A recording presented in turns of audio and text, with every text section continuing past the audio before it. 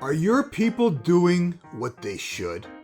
One of the biggest challenges a leader faces is underperformance. Someone on the team isn't performing the way you want. Missed deadlines, maybe it's poor quality, finger pointing, or excuses, whatever the case. Those are all frustrating and exhausting. If you want to learn how to effectively communicate, influence, and coach your team so they perform at their best, I invite you to enroll in my Self 2.0 Leadership Development Program. If you're interested in learning more about this program, follow the link in the description. Right now, I want to share with you the most common reasons people underdeliver on expectations, and also I want to give you 3 suggestions you can start implementing today to increase the productivity of an underperformer. First, let's talk about the most common reasons people underperform. The number one reason is they don't know what to do or why, right? Or they don't know how to do it, right? Another one could be that they think something else is more important, or maybe they could even be just like they think they're already doing it. Another reason could be they think their way is better, or lastly, maybe there's just no negative consequence if they don't perform. The question isn't whether or not we are leaders, but how well we lead.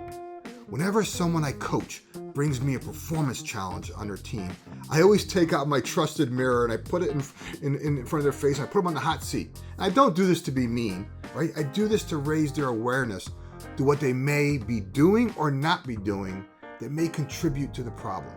I say this simply because you, as the leader, have to consciously and consistently look in the mirror and know at the deepest part of your soul that you've done everything possible to help somebody before you move them to some form of corrective action.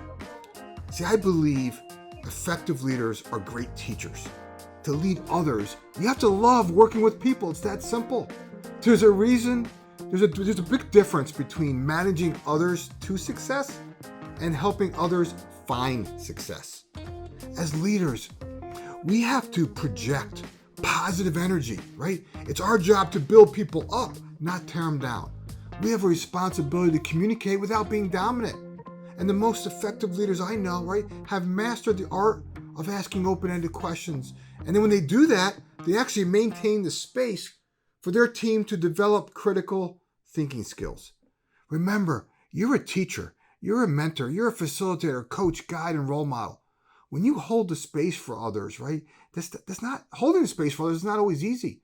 We have a human tendency, right, to want to fix people, right, to give them advice, to judge them for not being further along the path than we are. I say this because in many cases, a lack of authentic leadership is the root cause of many employee issues. Okay, let's just say for a second you're doing all these things. So first of all, that's great, right? Earlier I shared the most common reasons people underperform. Now I want to give you 3 suggestions to increase the productivity of an underperformer. The first one is don't wait for the yearly review, right? Meet one-on-one with them on a regular basis. And by the way, you should be doing this with all members of your team, whether or not they're highly productive or not, right? I meet with my team once a week for 30 minutes. And here's the agenda I use. And I've been using this agenda for my entire career. It's 3 simple bullets.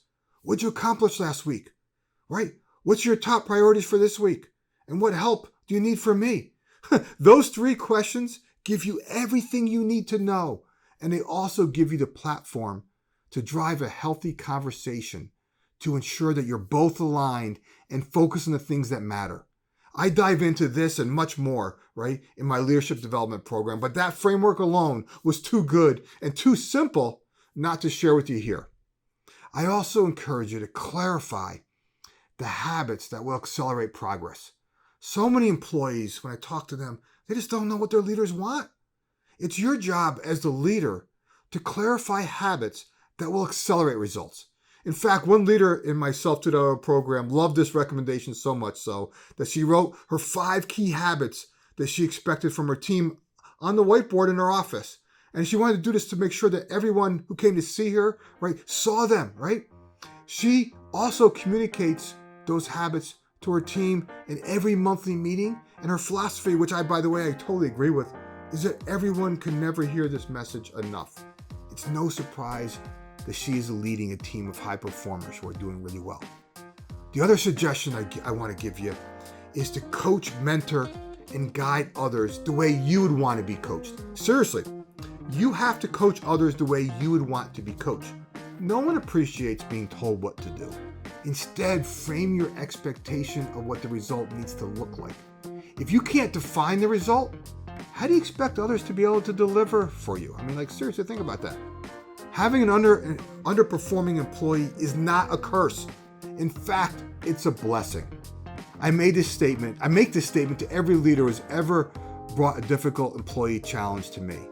So let me ask you this.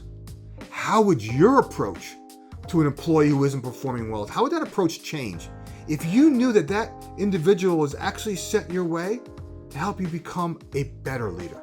I bet a lot. Managing underperformers is only one aspect of leadership. Having the ability to communicate, to influence, and to coach everyone you interact with is a required skill. I'm not just talking about your direct reports. I'm also talking about managing your boss, right? Influencing your peers, your clients, and your partners. I want to teach you how to do that. And I also want to teach you how to effectively delegate and trust that others will do what you expect them to do, right? So you can in fact let go, which will free up time for yourself. If you want to learn how to do this, sign up for my Self 2.0 Leadership Development Program. This is an accelerated 90-day training program that will help you build the confidence and courage to lead others and accelerate results. Enrollment for our next session is now open. We're limiting the size of this group, so if you're interested, do me a favor, right, and get your application in soon before it fills up. The details are below. All right, if you liked this video and you got something out of it, right? Maybe it's that framework I shared just for the weekly agenda, which by the way is gold, right? Do me a favor, give it a thumbs up, comment below, share some takeaways, and of course subscribe, because each week I'm sharing content to help you embrace change, focus your efforts, and accelerate results. We'll talk to you soon.